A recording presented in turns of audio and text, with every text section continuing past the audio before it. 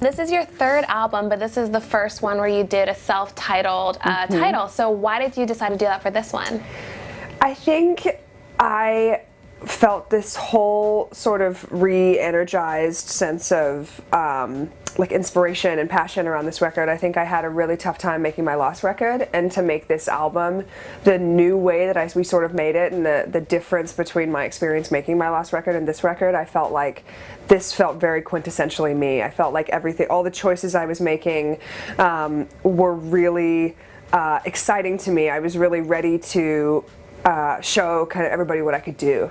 And I think when I was thinking about album titles, I listened to the record all the way through, and I was like, I've been holding on to the name Betty. I knew I wanted to name a record Betty, and I was like, oh, I'm going to save it for when I'm, my Beyoncé self-titled record, and it'll be fine. And then I kind of had this moment of like, why wait? This record is so special to me and feels so like fresh, and I wanted it to feel like epic because of that, and that's the name gave it that for me. Nice.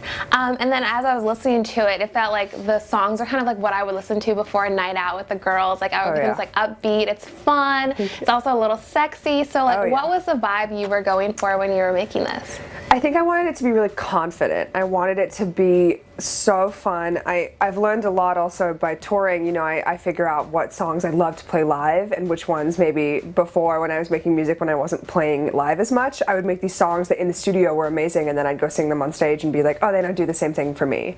So I think I've had a lot of experience now, and I know what I want my show to be like, because that's sort of one of my favorite parts.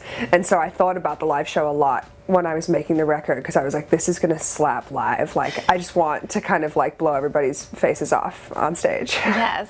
And then how is this album a reflection of where you are now in your life? It is sort of an accumulation of like my entire sort of existence up until this point. I think there's a lot of depth on this record. I think I try to always have depth in the songs, but I think right now, there's a song called Marry Me, which is like I got engaged, and that kind of is that part of it. But then there's also a song called Ignore Me, and that was about my experience with a record label and how it was difficult for me to feel like I was seen or heard and kind of understood. So I think there's a really large emotional range on the record, which for me in my life now is really important that I sort of tap into all that stuff. And as I get older and kind of feel like I know more about myself, I think that really comes out in the range on the record and how much I care.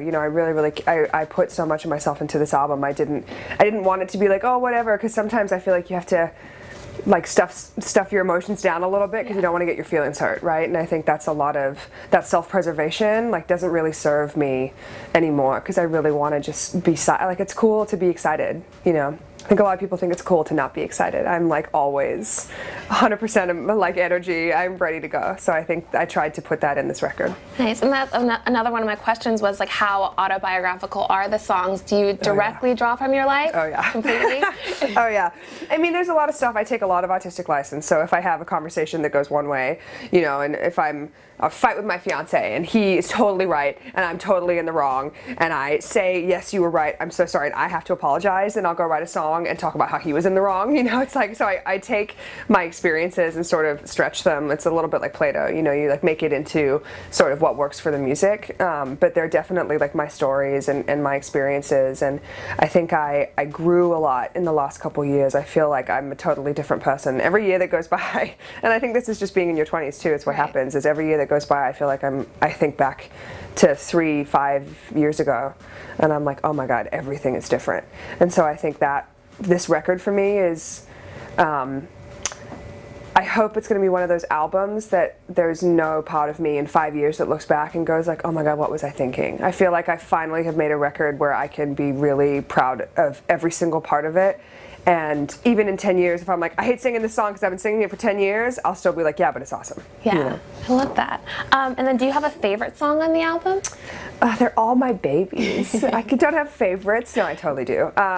It changes all the time. I think right now my favorite is the song Language, because I think it's pop. So it's like, I always know that it's one of my favorites when I am listening to, I'll often like listen through a minute of a song and then be like, wait, I have to start again. Like I really have to get into it. And I'll do that like 10 times, just trying to really like get into the song and really spend time with it. And Language I definitely have listened to like 2 or 3 times on repeat every time I go through the record. Nice. And I have to say one of my favorite songs was Taste. I love it, so sultry and sexy. So what's the story behind that one? Taste is really funny actually because it is one of the sexiest songs on the record and it's literally about candy, and I'm not being funny. That is actually what it's about. I was in a session. So stupid. I'm so stupid. I was in a session and I was in Norway, and there were 2 producers in the room who were both from Norway, and they were these sweet guys, and I was with a writer who lives in LA, who I've known for a long time, Jay Hart, who I write a lot with, and I love him. And so he and I were talking about kind of our like unhealthy relationship to food and how like we'll be super healthy all day and then 2 o'clock will roll around and all of a sudden I've ordered 4 pizzas and I'm like, how did I do this to myself? And the producers from Norway were like, oh my god, you guys have to try this candy, like it's a Norwegian candy, you're gonna love it. And it was like milk chocolate covered bugles is the best way I can describe it. It sounds horrible, and it kind of was, but it was mostly delicious. And they literally left the session to go buy us this candy and come back. They're like, it's like seriously, you have to try it. And the song was literally born out of us like eating this candy and being like, I don't even want any more of it, but I'm gonna eat 6 bags of it. And the entirety of Taste is like one big metaphor for chocolate, essentially. I love that. I mean, that wasn't the answer I was expecting, but I love that story. It's really silly. And then is there one song that's the most personal to you? Stop Thinking About You is the last song on the record, and it's definitely one of the kind of more emotional songs. I wanted to make a really fun record. Some of my favorite records from the artists that I like, B-Day by Beyoncé is one of my favorites, and she wanted to make like a going out record. So for me, a lot of this album is that. And Stop Thinking About You is kind of the only, it's not even a ballad really, but it feels like it's sort of the only ballad on the record to me, and it's about a breakup, but it's also about, when we were in this session writing it, we kind of were talking about imagining what it would be like if our partners, the guys' wives, like whoever we were all together with, we were like, imagine if they weren't here or if they died or something tragic, horrible happened, and the kind of like the greatness of that loss that I can't even begin to comprehend. Any of my best friends or my fiance or anybody, my parents, the idea that the people I love the most are like, death's a part of life, right? And that's really, really scary and hard to think about. And so we sort of wrote from the perspective of if you want, if they weren't going to be here tomorrow, like what would that song be? And it was a really emotional day, and we really wanted it to be, it's a very sad song, and we kind of dressed it up it feels really kind of almost like inspiring and uplifting, but the song is actually quite sad. So I think it might be one of the most raw moments on the record for me. Yeah, I can totally relate to that though, because that is something that you do think about, you kind of put it out of your mind, but it does happen. And then your tour coming up in May. I know. So what can we expect from this tour?